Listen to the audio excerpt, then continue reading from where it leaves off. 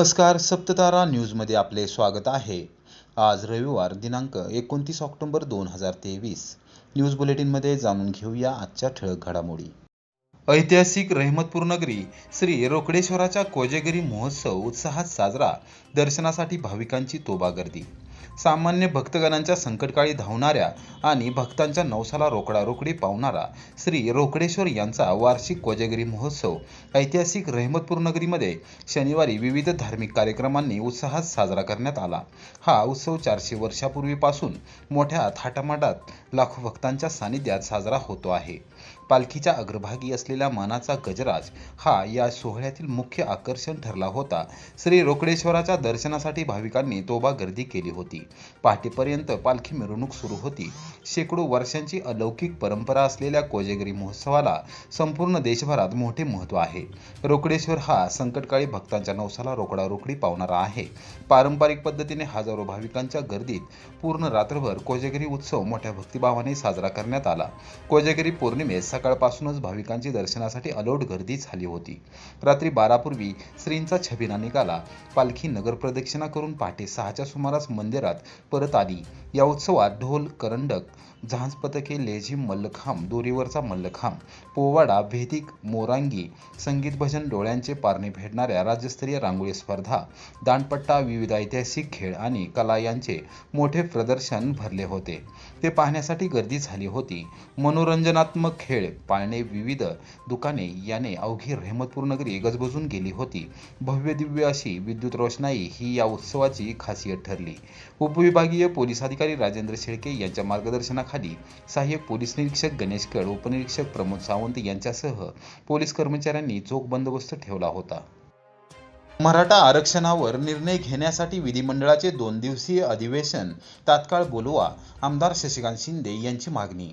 कोरेगावात मराठा समाजाच्या साखळी उपोषणास भेट व पाठिंबा। मराठा समाजाला सर्व बाजूंनी टिकणारे आरक्षण मिळाले पाहिजे। आरक्षणाबाबत मंत्रिमंडळ उपसमितीची सोमवारी मुंबईत बैठक होत आहे। त्यामध्ये निर्णय काय होईल तो होईल। मात्र मराठा आरक्षणाबाबत राज्य सरकारने तातडीने विधिमंडळाचे 2 दिवसीय अधिवेशन बोलवावे आणि त्यामध्ये आपली भूमिका स्पष्ट करावी अशी मागणी माजी मंत्री आमदार शशिकांत शिंदे यांनी केली। कोरेगाव येथील तहसील कार्यालयासमोर सकल मराठा समाजाच्या वतीने सुरू असलेल्या साखळी उपोषणाच्या 3ऱ्या दिवशी रविवारी दुपारी आमदार शशिकांत शिंदे यांनी भेट दिली। प्रारंभी त्यांनी छत्रपती शिवाजी महाराज यांच्या पुतळ्यास अभिवादन केले। एकंबे येथील समाज बांधव आज उपोषणामध्ये सहभागी झाले होते। यावेळी त्यांनी CR बर्गे, विश्वासराव चव्हाण, ॲडव्होकेट श्रीकांत चव्हाण, उपसरपंच श्रुतीन चव्हाण, विकास शिंदे, गणेश शेळके, अशोक चव्हाण, वेदांत महाराज घाडगे, जयदीप चव्हाण, चंद्रकांत चव्हाण, अशोक भोसले, आनंदराव बर्गे, नगरसेवक हेमंत बर्गे, प्रीतम बर्गे यांच्याशी मराठा आरक्षणाबाबत सविस्तर चर्चा केली। एक आमदार म्हणून नव्हे तर मराठा समाज बांधव म्हणून उपोषणाला पाठिंबा देण्यासाठी आलो आहे। माथाडी कामगारांचे आराध्य दैवत आमदार अण्णासाहेब पाटील यांनी मराठा आरक्षणासाठी बलिदान दिले। 1982 सालापासून मराठा आरक्षणाचा लढा सुरू आहे। सरकारने आरक्षण दिले, मात्र ते सर्वोच्च न्यायालयात टिकले नाही। आता सरकारने पूर्ण तयारीनिशी टिकणारे आरक्षण देण्यासाठी पावले उचलण्याची नितांत गरज आहे। आम्ही विधिमंडळाचे तातडीचे 2 दिवसांचे विशेष अधिवेशन बोलवावे यासाठी पत्र विधानसभेचे अध्यक्ष, विधान परिषदेच्या उपसभापती, विधिमंडळ सचिव व विविध पक्षांच्या गटनेत्यांना देणार आहोत, असेही त्यांनी स्पष्ट केले। यावेळी राज्य सरकार मराठा आरक्षणाबाबत वेळकाढूपणा करत असल्याबद्दल नाराजी व्यक्त करत त्यांनी टीका केली। आमदार म्हणून नव्हे तर मराठा समाजातला एक सदस्य म्हणून पाठिंबा देण्याच्या संदर्भातून मी या ठिकाणी उपस्थित आहे। जरांगे पाटलांनी 25 तारखेपासून परत आमरण उपोषण करण्याची सुरुवात केली। अन्न पाणी न घेता सुद्धा आंदोलन करणाऱ्या या माझ्या सहकाऱ्यांनी त्याला पाठिंबा द्यावा म्हणून महाराष्ट्रामध्ये प्रत्येक तालुक्यामध्ये, प्रत्येक शहरामध्ये तशा पद्धतीचं साखळी उपोषणं, आमरण उपोषणं सुरू झाली। लोक रस्त्यावर उतरलेली आहेत। हळूहळू याची तीव्र आणि धग वाढलेली आहे। कोरेगावमध्ये सुद्धा या आंदोलनाची तीव्रता वाढलेली आहे। त्यामध्ये विशेष अधिवेशन तातडीने आज निवेदन दिल्यानंतर 2 दिवसाच्या आत बोलवावं आणि 1 ते 2 दिवसाच्या अधिवेशनामध्ये शासनाची, सरकारची भूमिका स्पष्ट व्हावी आणि टिकणारं आरक्षण मिळावं या बाबतीमध्ये निर्णय घ्यावा अशा प्रकारचं पत्र आम्ही या विधिमंडळाचे अध्यक्ष, सभापती, गटनेते या सर्वांना देणार आहोत. पण आम्हाला मिळतं आहे, नाही मिळतं आहे, हा लढा चालूच आहे. आरक्षण मिळाल्यानंतर नोकऱ्यासाठी मिळणारं आरक्षण हे सरकारी नोकऱ्यामध्ये कायम राहावं. आज जी कंत्राट पद्धत सुरू झालेली आहे त्याला आरक्षणाची कुठेही नियमावली नाही. त्यामुळे सरकारी नोकरी भरती करताना कंत्राट पद्धतीच्या ऐवजी ते पूर्णपणाने सरकारी नियमातून कायम स्वरूपात व्हावी अशा प्रकारची मागणीसुद्धा आम्ही केलेली आहे. आमदार महेश शिंदे ॲक्शन मोडमध्ये. राष्ट्रवादीच्या नेत्या खासदार सुप्रिया सुळे व आमदार शशिकांत शिंदे यांच्यावर टीका. कोरेगावचे आमदार महेश शिंदे यांनी रविवारी प्रथमच राष्ट्रवादी काँग्रेसच्या नेत्या खासदार सुप्रिया सुळे यांच्यावर टीका केली. आमदार शशिकांत शिंदे यांच्यावर निशाणा साधताना त्यांनी खासदार सुप्रिया सुळे यांना लक्ष्य केले. 10 दिवसांपूर्वी आंबोडेसमत कोरेगाव येथील एका कार्यक्रमात खासदार सुप्रिया सुळे यांनी आमदार महेश शिंदे यांच्यावर टीका केली होती. त्याला उत्तर देताना आमदार महेश शिंदे यांनी चांगलेच तोंड सुख घेतले. वाटा स्टेशन आणि भाडळे किन्ही खोरे जोडणाऱ्या नलवडेवाडी तळे रस्त्याला नुकतीच मंजुरी मिळाली असून त्याचा शुभारंभ आमदार महेश शिंदे यांच्या उपस्थितीमध्ये प्रमुख मान्यवरांच्या हस्ते झाला. त्यावेळी पत्रकारांच्या प्रश्नांना उत्तर देताना त्यांनी खासदार सुप्रिया सुळे व आमदार शशिकांत शिंदे यांच्यावर टीका केली. ताई या खूप सन्माननीय मोठे नेते आहेत. त्यांनी एवढ्या खालच्या लेवलला बघणं म्हणजेच त्यांचा इथला पराभव आहे असं मला वाटतंय. पहिल्यांदा ताईंनी हे गुंड, दहशतवादी यांचा जरा विचार केला पाहिजे. आपण घेऊन जाताना जी लोक गाडीत आणतोय किंवा ज्यांना उमेदवारी देतोय त्यांनी गोरगरीब सामान्य जनतेला किती लुटलं याचा विचार केला पाहिजे. आज राज्यामध्ये एकनाथ शिंदे साहेबांचं आणि फडणवीस साहेबांचं सरकार आहे.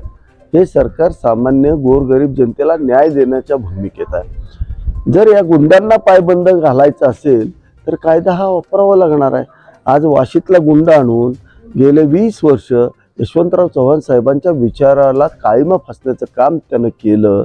त्याला जर पायबंद घालायचं काम करायला लागलं तर कायदा हा करणारच आहे. त्यांना अभिप्रेत आहे का की इथल्या मुलांना फसवून या मतदारसंघातल्या 70 मुलांना 3-3 लाख रुपये घेऊन फसवलेला आहे. लाखो तरुणांचे पैसे खाल्लेले आहे. वाशी मार्केटमध्ये करोडो रुपयांचा शेतकऱ्यांच्या जमिनीवरचा घोटाळा केलेला आहे. असे लोकांना तुम्ही पाठीशी घालत असला तर मग ते योग्य असेल. आता त्यांनी ते कबूलच केलं ना. त्यांनी स्वतः कबूल केलं की हे राज्य सरकारला फसवून किंवा राज्य सरकारला मागं लागून मोठ्या प्रमाणावरती पैसे तर आणतायत. आमच्या काळात आम्ही लाखो आणायचे, करोडो नाही आणतायत. हे कशी येत आहेत मलाच काही कळत नाही असं त्यांना वाटतंय. आणि हे नुसते छापलेले नाही आहेत तर प्रत्यक्षात कामं चालू आहेत. आणि हे करोडो रुपये सरकारच जनताभिमुख आहे त्यामुळे करोडो रुपये देत आहेत. ती त्यांची संस्कृती आहे. ती संस्कृती मुंबईची त्यांनी दाखवून दिली आहे. हे आमच्या कोरेगाव मतदारसंघातल्या सुसंस्कृतपणातला आणि विकासातला हा धोंडा होता. जो आमच्या विकास कामात अडचण ठरत होता, आमच्या वहिवाटीतला धोंडा होता. 2019ला हा दगड उचलून बाजूला बांधावर म्हणजे हुमगावला आणि वाशीला हा ठेवलेला आहे. वहिवाटीला अडसर असणारा हा दगड होता. तो इथल्या जनतेनं, इथल्या शेतकऱ्याने उचलून बाजूला ठेवलेला आहे. मला नाही वाटत एकदा उचललेला दगड पुन्हा घंगळत इकडे येईल. अशा परिस्थितीची सोय इथले शेतकरी निश्चित करतील असं मला विश्वास आहे. राज्य सरकारने कोरेगाव खटाव तालुक्यामध्ये तात्काळ दुष्काळ जाहीर करावा. आमदार शशिकांत शिंदे. कोरेगाव खटावसह जिल्ह्यातील बहुतांश तालुक्यांमध्ये दुष्काळी परिस्थिती निर्माण झाली आहे. राज्य सरकारने अत्यंत चुकीच्या पद्धतीने सर्वेक्षण केले असून दुष्काळी तालुक्यांच्या यादीतून कोरेगाव आणि खटाव तालुक्याला वगळले आहे. हा पूर्णपणे शेतकऱ्यांसह ग्रामस्थांवर अन्याय आहे. राज्य सरकारने तात्काळ दोन्ही तालुक्यात दुष्काळ जाहीर करावा अशी मागणी माजी मंत्री आमदार शशिकांत शिंदे यांनी पत्रकारांशी बोलताना केली. राज्य सरकारने सातारा जिल्ह्यातील काही तालुके दुष्काळी जाहीर केले आहेत. त्याबाबत आश्चर्य वाटत आहे. ते तालुके दुष्काळी जाहीर केल्याबद्दल आक्षेप नाही, मात्र कोणत्या निकषातून हा निर्णय घेण्यात आला हा भला मोठा प्रश्न आहे. राज्य सरकारने नेमलेल्या जबाबदार अधिकाऱ्याने जर सर्वेक्षण केले असेल आणि ते जर चुकीचे असेल तर त्या अधिकाऱ्यावर कारवाई झालीच पाहिजे अशी मागणी आमदार शशिकांत शिंदे यांनी केली. राज्य सरकारच्या वतीने सातारा जिल्ह्यामधले काही तालुके या ठिकाणी दुष्काळग्रस्त म्हणून जाहीर झाले. खरं म्हणलं तर मला आश्चर्य वाटतं की अशा प्रकारचा त्यांनी वाई वगैरे हे घेतले, खंडाळा वाई वगैरे अशा प्रकारची तालुके काही दुष्काळामध्ये घेतले. त्यांच्या घेण्याबद्दलचा काही आक्षेप नाही, परंतु आश्चर्य एका गोष्टीचं वाटलं की निकषाने कुठल्या याच्या माध्यमातून त्या ठिकाणी सर्वे झाला. जर तसा असेल तर सर्वे करताना मग तो चुकीचा झालेला असेल तर मला वाटतं दुःख आहे. आणि या असलेल्या सर्व सर्वेमध्ये कोण दोषी असेल, कोणी सर्वे करताना चूक केली त्याच्यावर कारवाई करावी, अशा प्रकारची माझी पहिली मागणी आहे. एक तर पावसाळ्याने ओढ दिलेली आहे, शेतकरी अडचणीत आलेला आहे. मान, खटाव, त्याचबरोबर त्या ठिकाणच्या असलेला कोरेगावचा भाग, हा सगळा भाग वगैरे बघितला तर तो त्या दुष्काळामध्ये आला पाहिजे. तिथं पाऊसच नाही आणि हल्ली पाणी सगळी पाऊस पडतो त्या ठिकाणी सुद्धा ऊन लागलेली आहे. संपूर्ण सातारा जिल्हा दुष्काळग्रस्त झालेला आहे. अशा ठिकाणी अशा पद्धतीची 2च तालुके होणं हा कुठला निकष दिला, मग त्या निकषामध्ये सगळेच जिल्हा करण्याच्या वतीमध्ये भूमिका करणं गरजेचं होतं. आणि माझी मागणी आहे की या अशा मध्ये हे तालुके का आले नाही याचा प्रशासनाने ताबडतोब खुलासा करावा. आणि जर तो आणण्यामध्ये काही त्रुटी झाल्या असतील आणि कोणी त्या त्रुटी ठेवल्या असतील तर त्या अधिकाऱ्यावर कडक कारवाई करावी, अशा प्रकारची माझी मागणी आहे. कारण एका हलगर्जीपणामुळे जर तिथल्या शेतकऱ्यांचं आणि तिथल्या लोकांचं नुकसान होणार असेल तर त्याची जबाबदारी ही निश्चित केली पाहिजे. निकषांमध्ये ते का बसले नाही याचा सुद्धा खुलासा त्या ठिकाणी प्रशासनाने करावा, जिल्हाधिकाऱ्यांनी करावा, अशी जाहीर मागणी आहे की कोरेगाव, खटाव, मान, त्या सर्व तालुके हे दुष्काळी जाहीरच केली पाहिजे, अशा प्रकारची प्रखर माझी मागणी आहे.